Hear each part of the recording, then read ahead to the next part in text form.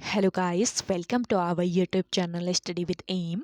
आज मैं आप सभी के लिए काफ़ी इंपॉर्टेंट वीडियो लेके आई हूँ। तो देखिए, आपके आगामी उत्तराखंड के सभी एग्जाम के रिगार्डिंग आज मैं आप सभी के लिए 100 क्वेश्चन का प्रैक्टिस सेट लेके आई हूँ। देखिए, इस प्रैक्टिस सेट को टोटली आईयू के पैटर्न पर तैयार किया गया है, जो कि आपके आगामी पटवारी, लेखपाल, फॉरेस्ट गार्ड व अन्य यूकेपीएससी द्वारा कंडक्ट कराए जाने वाले सभी एग्जाम्स के लिए इंपॉर्टेंट है। तो आप सभी लोग हमारे इस प्रैक्टिस सेट में स्टार्टिंग से लेकर एंड तक बने रहें।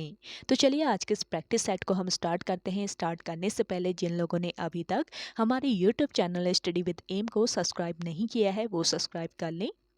साथ ही साथ बगल में जो बेल आइकन दिख रहा है, इसे भी प्रेस कर लें, ताकि हम कोई भी वीडियो डालते हैं तो उसका नोटिफिकेशन आपके पास जल्द से जल्द पहुंच जाए। आप सभी लोग हमारे टेलीग्राम चैनल को भी ज्वाइन कर सकते हैं। ये भी स्टडी विद एम के नाम से ही बना हुआ है और टेलीग्राम चैनल पर रात को 8 बजे क्विज का भी आयोजन किया जाता है। काफ़ी इंपॉर्टेंट क्वेश्चन आपको क्विज के रूप में दिए जा रहे हैं, तो आप कोई ज्वाइन कर सकते हैं। तो चलिए, आज के सेशन को हम स्टार्ट करते हैं और इस सेशन का पहला क्वेश्चन है, मजिस्ट्रेट शब्द है। देखिए, मजिस्ट्रेट शब्द है आपका विदेशज शब्द, ऑप्शन डी यहाँ पे आपका बिल्कुल राइट आंसर है। और विदेशज शब्द क्या होते हैं? देखिए, अन्य देश की भाषा से आए हुए शब्द जो हिंदी भाषा में सम्मिलित हुए हैं, उन्हें विदेशज शब्द कहते हैं। और इन विदेशी भाषाओं में मेनली अरबी, फारसी, तुर्की, उर्दू, अंग्रेजी व पुर्तगाली शामिल हैं। और आपसे पूछा जाए कि मजिस्ट्रेट किस भाषा का शब्द है, तो आपको याद रखना है, मजिस्ट्रेट जो शब्द है ये अंग्रेजी भाषा का शब्द है। मजिस्ट्रेट अंग्रेजी भाषा का शब्द है। नेक्स्ट क्वेश्चन देखेंगे, विनायक का पर्यायवाची शब्द है। देखिए, विनायक का पर्यायवाची शब्द है इनमें से गणेश, ऑप्शन डी इस क्वेश्चन का करेक्ट आंसर है। नेक्स्ट क्वेश्चन देखेंगे, जो किए गए उपकारों को मानता है, तो उसके लिए एक शब्द क्या होता है? देखिए, जो किए गए उपकारों को मानता है उसके लिए एक शब्द है कृतज्ञ, ऑप्शन ए इस क्वेश्चन का राइट आंसर है। नेक्स्ट क्वेश्चन देखेंगे, भक्ति काल की रामाश्रयी शाखा के निम्नलिखित में से कौन से कवि हैं? मोस्ट इंपॉर्टेंट क्वेश्चन है, आपके पुलिस के एग्जाम में भी इस तरीके का क्वेश्चन आयोग के द्वारा पूछा गया है। तो देखिए, भक्ति काल में रामाश्रयी शाखा के निम्नलिखित में से कौन कवि हैं? तो ये कवि हैं तुलसीदास, ऑप्शन डी इस क्वेश्चन का राइट आंसर है। मोस्ट इंपॉर्टेंट क्वेश्चन है ये, स्टार मार्क कर लीजिए। नेक्स्ट क्वेश्चन देखेंगे, नमक के दरोगा कहानी के लेखक कौन थे? देखिए, नमक के दरोगा कहानी के लेखक कौन थे? यहाँ पे इस क्वेश्चन का राइट आंसर है प्रेमचंद, ऑप्शन बी इस क्वेश्चन का राइट आंसर हो जाएगा। अगला क्वेश्चन है आपका, वियोगी हरि जी का पूर्ण नाम क्या था? देखिए, वियोगी हरि जी का पूर्ण नाम बताना है, तो इनका पूर्ण नाम था श्री हरि द्विवेदी, ऑप्शन सी यहाँ पे आपका राइट आंसर है। अगला क्वेश्चन देखेंगे, आचार्य महावीर प्रसाद द्विवेदी किस पत्रिका के संपादक थे? तो देखिए, आपके सामने 4 पत्रिकाएं आपको दिख रही हैं। तो महावीर प्रसाद द्विवेदी जी जो थे, ये किस पत्रिका के संपादक थे? यहाँ पे आपका राइट आंसर हो जाएगा सरस्वती पत्रिका के, ये आपको याद रखना है। नेक्स्ट क्वेश्चन देखेंगे, सखी वे मुझसे कहकर जाते किस कवि की काव्य पंक्ति है? तो देखिए, सखी वे मुझसे कहकर जाते, ये किस कवि की काव्य पंक्ति है? ये है मैथिली शरण गुप्त की काव्य पंक्ति, ऑप्शन बी यहाँ पे आपका राइट आंसर हो जाएगा। नेक्स्ट क्वेश्चन है, लोकेशन में संधि है, तो आपको बताना है लोकेशन जो शब्द है इसमें कौन सी संधि है? इंपॉर्टेंट क्वेश्चन है। तो देखिए, यहाँ पे राइट आंसर है आपका स्वर संधि। लोकेशन में कौन सी संधि हो जाएगी? स्वर संधि हो जाएगी, तो ऑप्शन सी यहाँ पे आपका राइट आंसर हो जाएगा। देखिए, लोकेशना शब्द का अगर हम संधि विच्छेद करते हैं तो क्या होता है? लोक धन ऐषणा, इसका संधि विच्छेद होता है लोक धन ऐषणा। अब देखिए, यहाँ पे कौन सा स्वर है? आपका अ स्वर है और यहाँ पे है आपका ए। तो अ और ए के मिलने से यहाँ पे क्या बन रहा है? आई बन रहा है, तो ये याद रखना है आपको। और ए के मिलने से आई, अ और ए के मिलने से आई कहाँ पे बनता है? स्वर संधि में। और स्वर संधि में भी किस संधि में? ये आपको याद रखना है, स्वर संधि में भी ये वृद्धि संधि का उदाहरण है, ये आपको याद रखना है। अगर आपको वृद्धि संधि ऑप्शन में दी हुई है तो आपको वृद्धि संधि करेक्ट करना होगा। लोकेशना अगर आपसे पूछा जाता है तो ये आपको याद रखना है। और वृद्धि संधि क्या होता है? जब अ या आ के बाद ए या आई आता है तो दोनों के मिलने से क्या हो जाता है, आई हो जाता है। और इसी प्रकार ओ या आ के आगे ओ या औ आता है तो दोनों के मिलने से क्या हो जाता है, औ हो जाता है। तो इस संधि को कहा जाता है वृद्धि संधि। तो इसको ध्यान रखेंगे, आपका इंपॉर्टेंट क्वेश्चन है। अगला क्वेश्चन है, जहां एक ही शब्द के अनेक अर्थ व्यंजित हो तो वहाँ कौन सा अलंकार होता है। मोस्ट इंपॉर्टेंट क्वेश्चन है, जहाँ एक ही शब्द के अनेक अर्थ व्यंजित हो वहाँ पर कौन सा अलंकार होता है, आपका श्लेष अलंकार। ऑप्शन सी यहाँ पे आपका राइट आंसर है। अगला क्वेश्चन देखेंगे, ग्रिम नियम किस भाषा की ध्वनियों से संबंधित है। तो देखिए ग्रिम नियम जो है ये किस भाषा की ध्वनियों से संबंधित है। यहाँ पे आपका राइट आंसर हो जाएगा जर्मन। ऑप्शन ए बिल्कुल राइट आंसर है। अगला देखेंगे, कुंदन को रंग फीको लगे झलके अति अंगनी चारू गोराई, यह पंक्ति किस कवि की है। तो देखिए कुंदन को रंग फीको लगे झलके अति अंगनी चारू गोराई, यह पंक्ति किस कवि की है। तो ये पंक्ति है मती राम की, कवि मती राम की ये पंक्ति है। अगला क्वेश्चन है आपका, रोला के प्रत्येक चरण में कितनी मात्राएं होती है। इंपॉर्टेंट क्वेश्चन है। तो देखिए रोला जो होता है इसके प्रत्येक चरण में 24 मात्राएं होती हैं। ऑप्शन सी यहाँ पे आपका राइट आंसर हो जाएगा। अगला क्वेश्चन देखेंगे, निम्नलिखित में से कौन एक संयुक्त व्यंजन नहीं है। तो देखिए संयुक्त व्यंजन कौन सा एक नहीं है इनमें से, ये बताना है। तो यहाँ पे आपका राइट आंसर हो जाएगा कौन सा, श।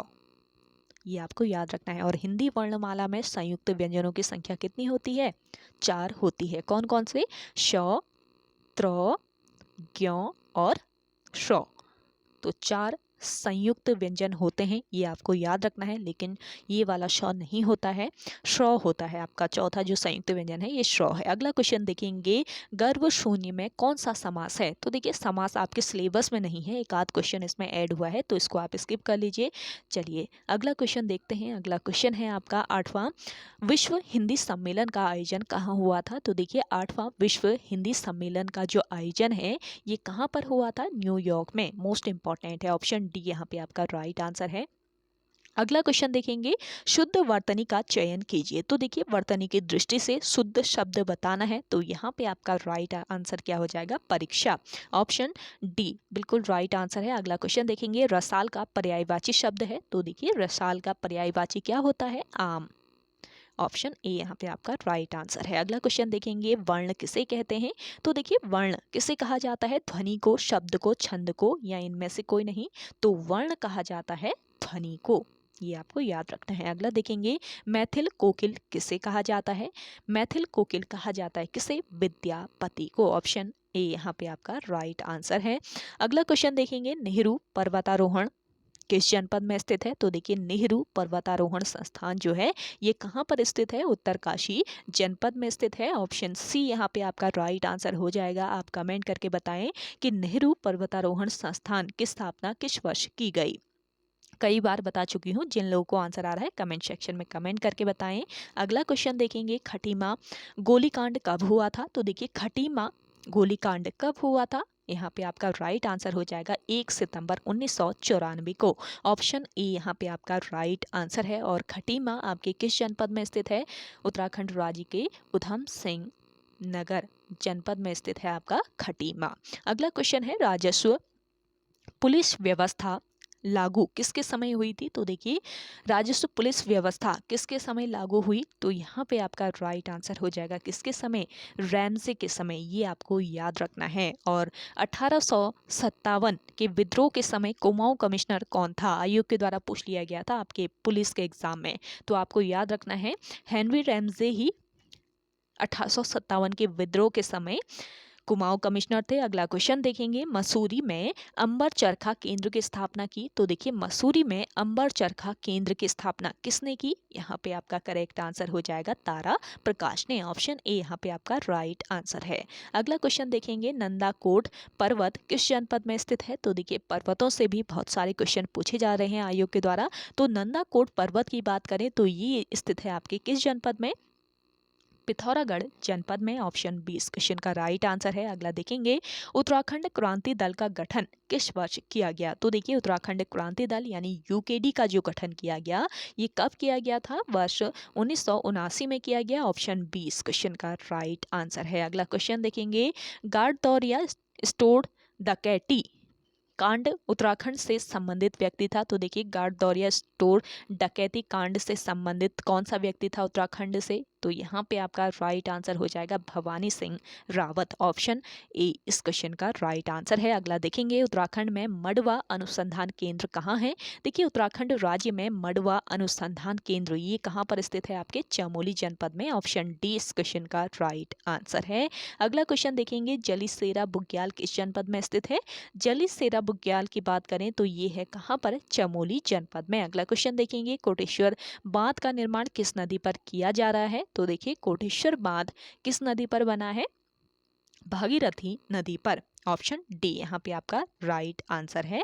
और कितने मेगावाट की ये परियोजना है? 400 मेगावाट की परियोजना जो कि भागीरथी नदी पर स्थित है। अगला क्वेश्चन देखेंगे, मधुगंगा मेला किस जनपद में लगता है? देखिए मधुगंगा मेला कहाँ पर आयोजित किया जाता है? पौड़ी गढ़वाल में आयोजित किया जाता है। तो ऑप्शन ए यहाँ पे आपका बिल्कुल राइट आंसर है। अगला क्वेश्चन देखेंगे, हरिद्वार की हर की पौड़ी किसने निर्मित की थी? तो देखिए हरिद्वार की जो हर की पौड़ी थी ये किसने निर्मित की थी? ये निर्मित की थी राजा विक्रमादित्य ने। ऑप्शन बी यहाँ पे आपका राइट आंसर है। अगला देखेंगे, गुरु मणिकनाथ मेला किस जनपद में लगता है?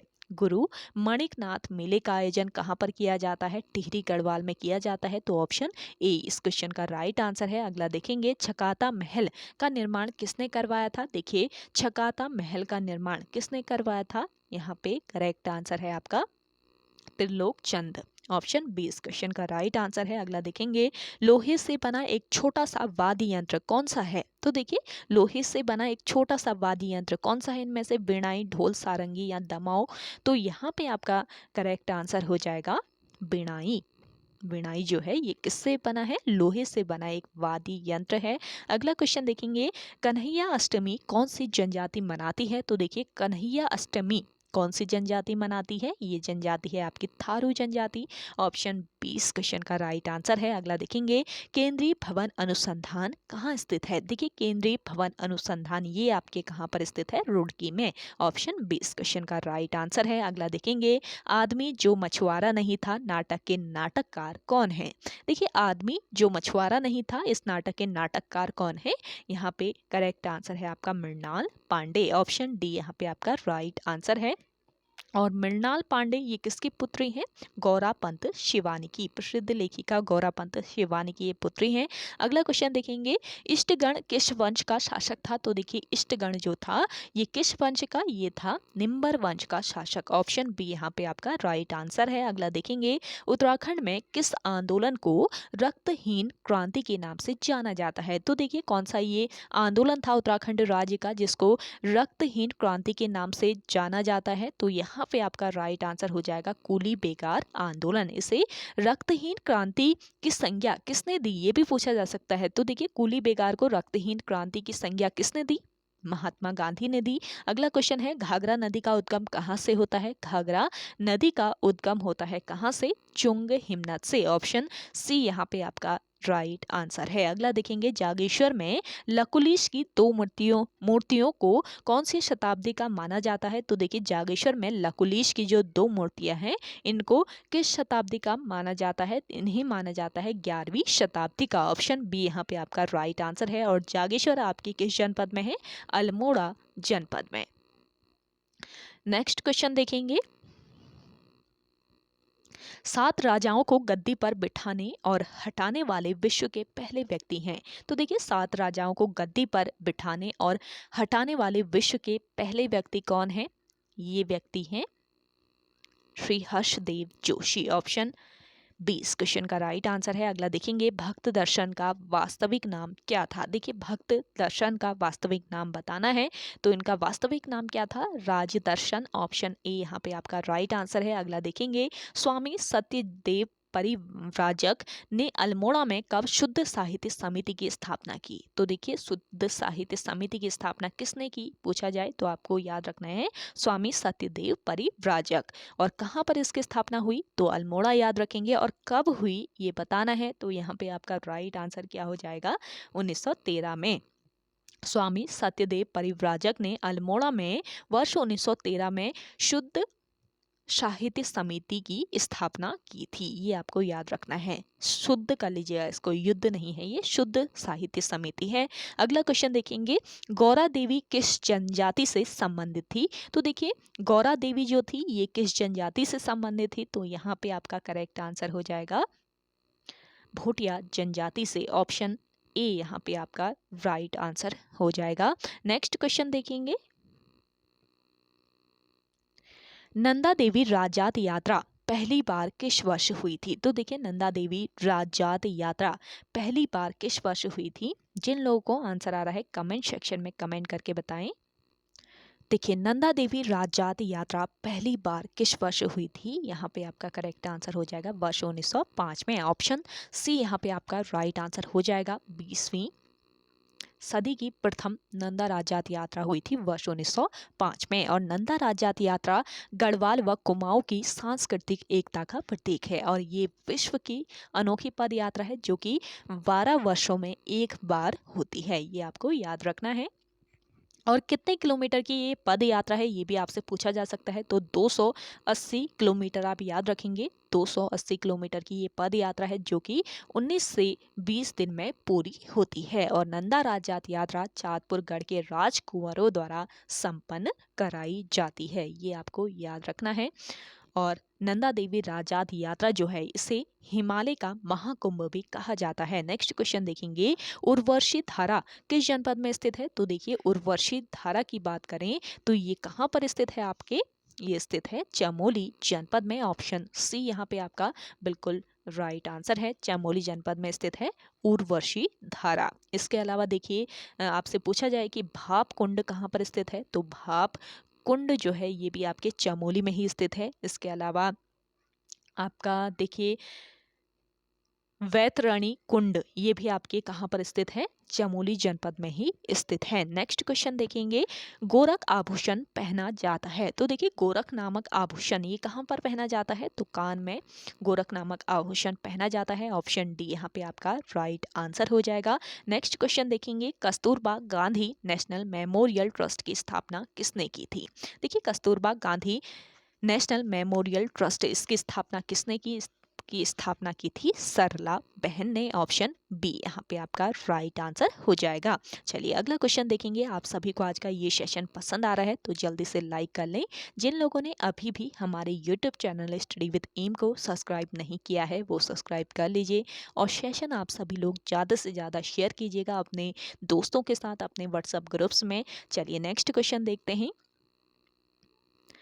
किस वन नीति में निर्णय लिया गया कि 33% वन होने चाहिए? तो देखिए किस वन नीति में यह निर्णय लिया गया कि 33% वन होने चाहिए? तो ये वन नीति थी कब की? यहाँ पे आपका राइट आंसर हो जाएगा वर्ष 1998 की वन नीति। ऑप्शन 20 क्वेश्चन का राइट आंसर है। अगला देखेंगे, डालियो होगा, यहाँ पे इसको डालियो कर कीजिएगा। डालियो का दगड़िया नामक स्वयं सेवी संस्था का गठन किसने किया था? तो देखिए डालियो का दगड़िया नामक स्वयं सेवी संस्था है, और इसका गठन किसने किया? इसका गठन किया चंडी प्रसाद भट्ट ने। ऑप्शन सी यहाँ पे आपका बिल्कुल राइट आंसर है। ये आपको याद रखना है कब किया था? वर्ष 1970 ईस्वी के बाद चिपको आंदोलन को, वर्ष 1970 ईस्वी के बाद चिपको आंदोलन को गति देने के लिए डालियो का दगड़िया नामक संस्था बनाई गई। किसके द्वारा? चंडी प्रसाद भट्ट के द्वारा। और चंडी प्रसाद भट्ट इनके जन्म की बात करें तो वर्ष 1934 ईस्वी में इनका जन्म हुआ था, और इनका संबंध किस जनपद से है? चमोली जनपद से। ये आपको याद रखना है। और चंडी प्रसाद भट्ट ने वर्ष 1964 ईस्वी में दसौली ग्राम स्वराज मंडल की भी स्थापना की थी। कहाँ पर की थी ये भी पूछा जा सकता है, तो आप याद रखेंगे गोपेश्वर में चंडी प्रसाद भट्ट ने वर्ष 1964 ईस्वी में दसौली ग्राम स्वराज मंडल की स्थापना की थी और इन्हें रेमन मैग्सेसे अवार्ड दिया गया था। कब दिया गया था? 1982 में।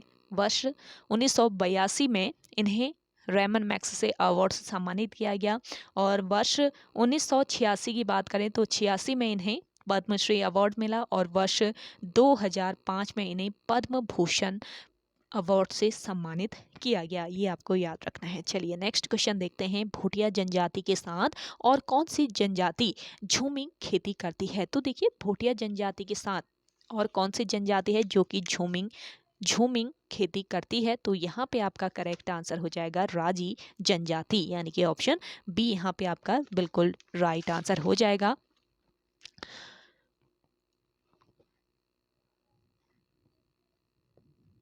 राजी जनजाति जो है इसे बनरौत या फिर जंगल का राजा भी कहा जाता है और राज्य की सबसे कम आबादी वाली जनजाति अगर आपसे पूछी जाती है तो ये कौन सी जनजाति है? ये जनजाति है आपकी राजी जनजाति। ये आपको याद रखना है। और राजी जनजाति के लोग काष्ठ कला में निपुण होते हैं और इस जनजाति के लोग अपने आवासों को क्या कहते हैं? रौत्यूड़ा ये लोग अपने आवासों को कहते हैं। और बोली की बात करें तो राजी जनजाति के लोग कौन सी बोली बोलते हैं? मुंडा नामक बोली बोलते हैं। ये आपको याद रखना है। और भूटिया जनजाति की बात करें तो भूटिया जनजाति जो है ये तिब्बती और मंगोलों का मिश्रित रूप है। ये आपको याद रखना है। और भूटिया जनजाति क्रात वंशीय अर्ध घुमंतु जनजाति है और भूटिया जनजाति के लोग अपने आप को किसका राजपूत मानते हैं? खस राजपूत अपने आप को ये लोग मानते हैं। और भूटिया जनजाति के जो लोग हैं ये वर्ष 1962 से पहले नीति, माणा, दारमा आदि दर्रों के माध्यम से तिब्बत से व्यापार किया करते थे। और भूटिया महाहिमालय की सर्वाधिक आबादी वाली जनजाति है। ये आपको याद रखना है। अगला क्वेश्चन देखेंगे। राज्य में प्रथम दुग्ध संघ की स्थापना वर्ष 1949 में कहाँ की गई थी? इंपॉर्टेंट क्वेश्चन है। तो देखिए राज्य में प्रथम दुग्ध संघ की स्थापना कब की गई थी? वर्ष 1949 में। कहाँ पर की गई थी ये बताना है। तो करेक्ट आंसर है आपका कहाँ पर? हल्द्वानी में। अगला क्वेश्चन देखेंगे। प्रदेश में मुस्लिमों हेतु हज हाउस का निर्माण कहाँ किया गया है? तो देखिए प्रदेश में मुस्लिमों हेतु हज हाउस का जो निर्माण है ये कहाँ पर किया गया है? रुड़की में किया गया है। ऑप्शन डी यहाँ पे आपका राइट आंसर है। अगला देखेंगे। दृष्टि बाधित लोगों के लिए पुस्तक छापने हेतु एक ब्रेल प्रेस कहाँ स्थापित की गई है?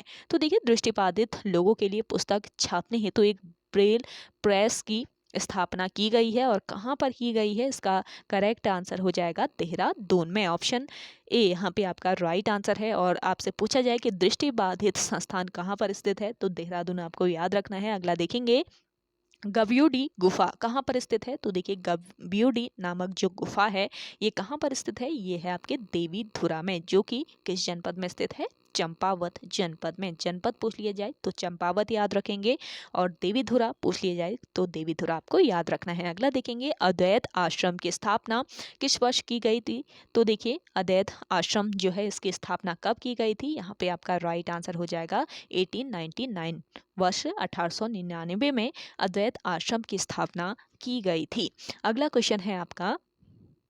इंद्रचंद ने रेशम का कारखाना कब स्थापित करवाया था? तो देखिए रेशम का कारखाना किसने?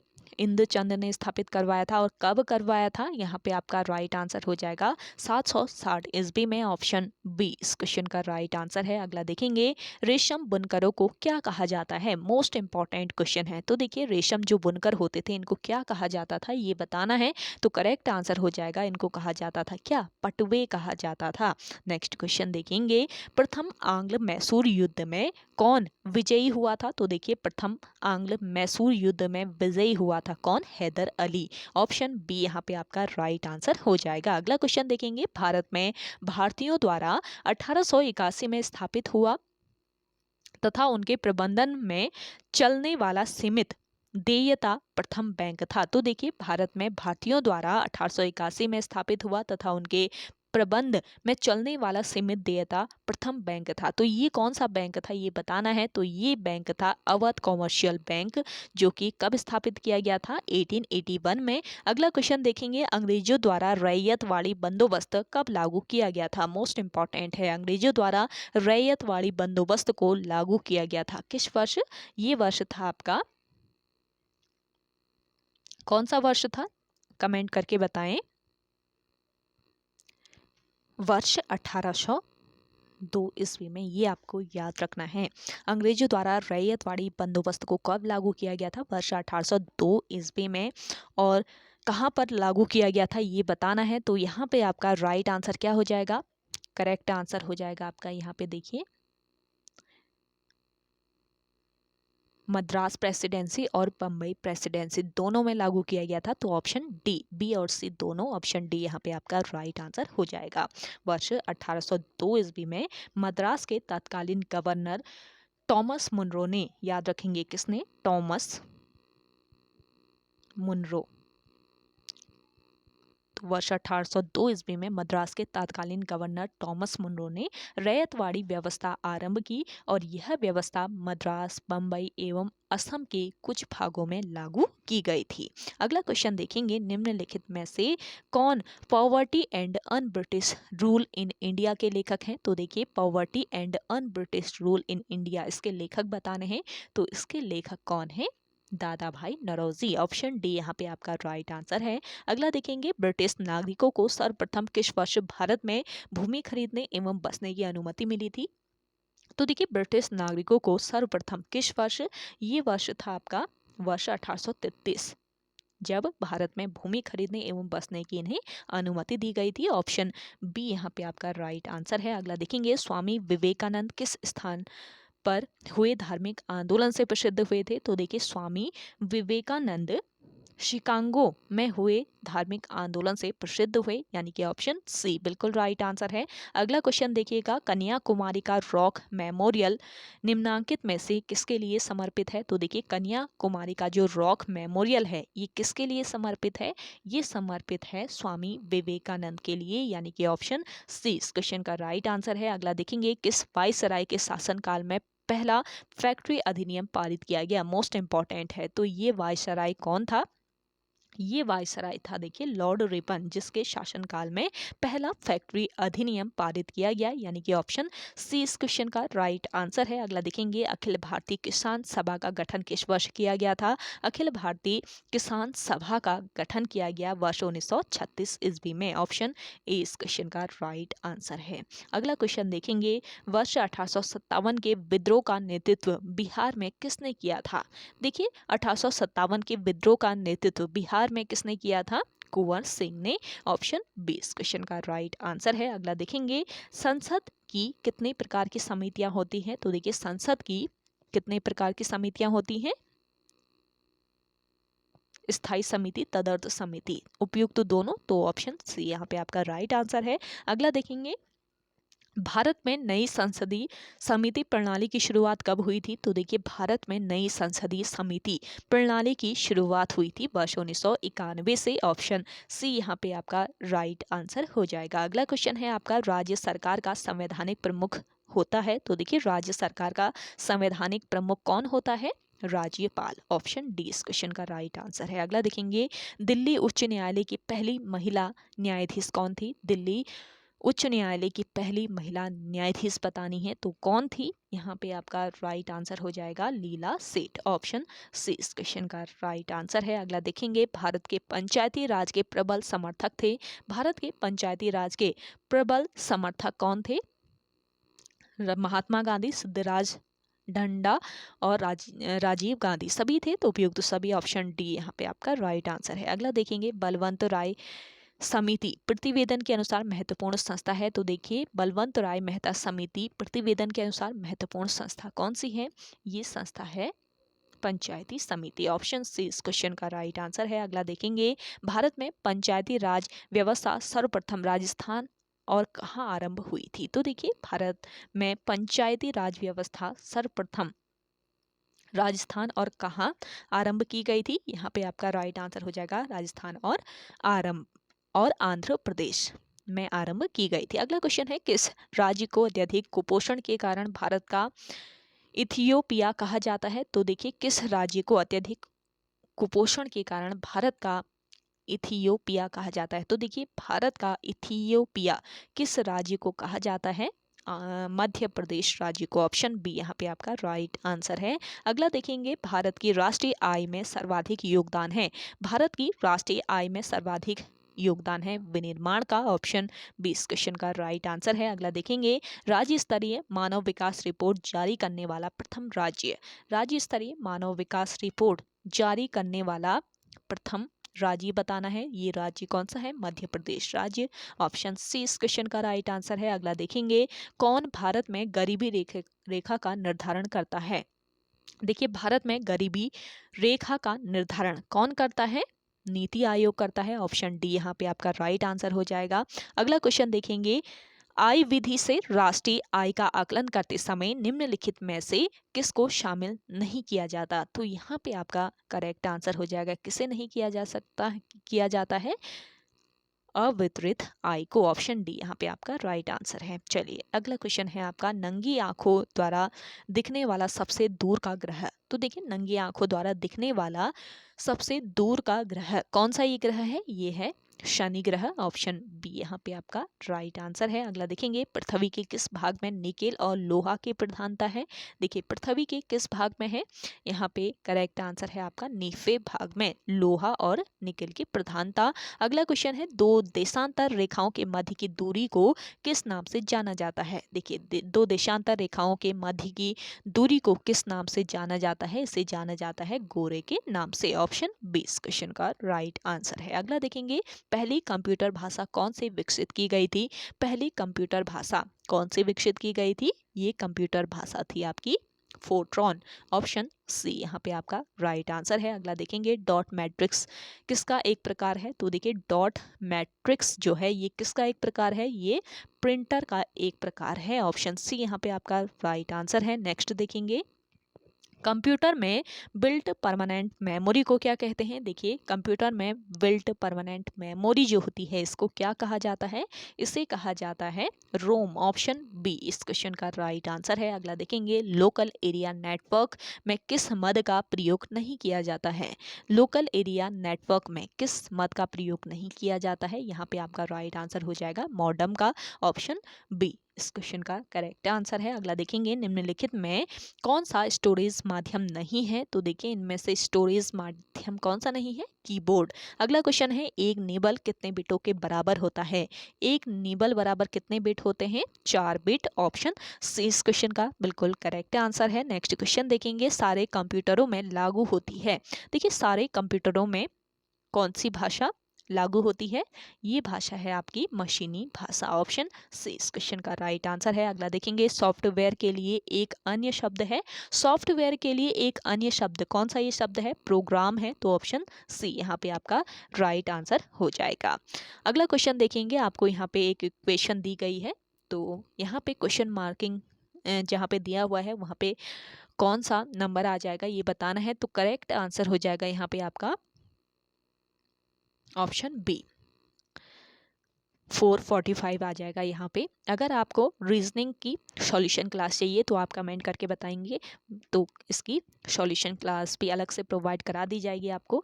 अगला देखेंगे, यहाँ पे आपको क्वेश्चन मार्क की जगह पे क्या आना चाहिए ये बताना है। तो यहाँ पे आपका राइट आंसर हो जाएगा 27। ऑप्शन सी यहाँ पे आपका राइट आंसर है। नेक्स्ट क्वेश्चन देखेंगे, 12 प्लेटों तथा 9 चम्मचों का मूल्य 339 हो तो 4 प्लेटों तथा 3 चम्मचों का मूल्य कितना होगा? तो इसका मूल्य बताना है। इसका मूल्य हो जाएगा कितना? 113। ऑप्शन डी यहाँ पे आपका राइट आंसर है। अगला देखेंगे, 4 अंकों की सबसे बड़ी संख्या कौन सी है जो 12, 5, 18, 27 से पूर्णतः विभक्त हो? तो यहाँ पे आपका राइट आंसर है 9720। यहाँ पे आपका बिल्कुल राइट आंसर है। ऑप्शन बी बिल्कुल राइट आंसर है। अगला क्वेश्चन देखेंगे, एक पिता की आयु उसके पुत्र की वर्तमान आयु से दुगनी है। यदि पुत्र की वर्तमान आयु 20 वर्ष हो तो कितने वर्ष पहले पिता की आयु पुत्र की आयु से 3 गुनी थी? यहाँ पे आपका राइट आंसर क्या हो जाएगा, 10 वर्ष। ऑप्शन बी यहाँ पे आपका राइट आंसर है। अगला देखेंगे, 50 संख्याओं का औसत 36 ज्ञात किया गया। बाद में पता चला कि एक संख्या 48 के स्थान पर 23 ले ली गई है। शुद्ध औसत क्या है? देखिए इसका शुद्ध औसत हो जाएगा 36.5। और लास्ट क्वेश्चन है इस सेशन का,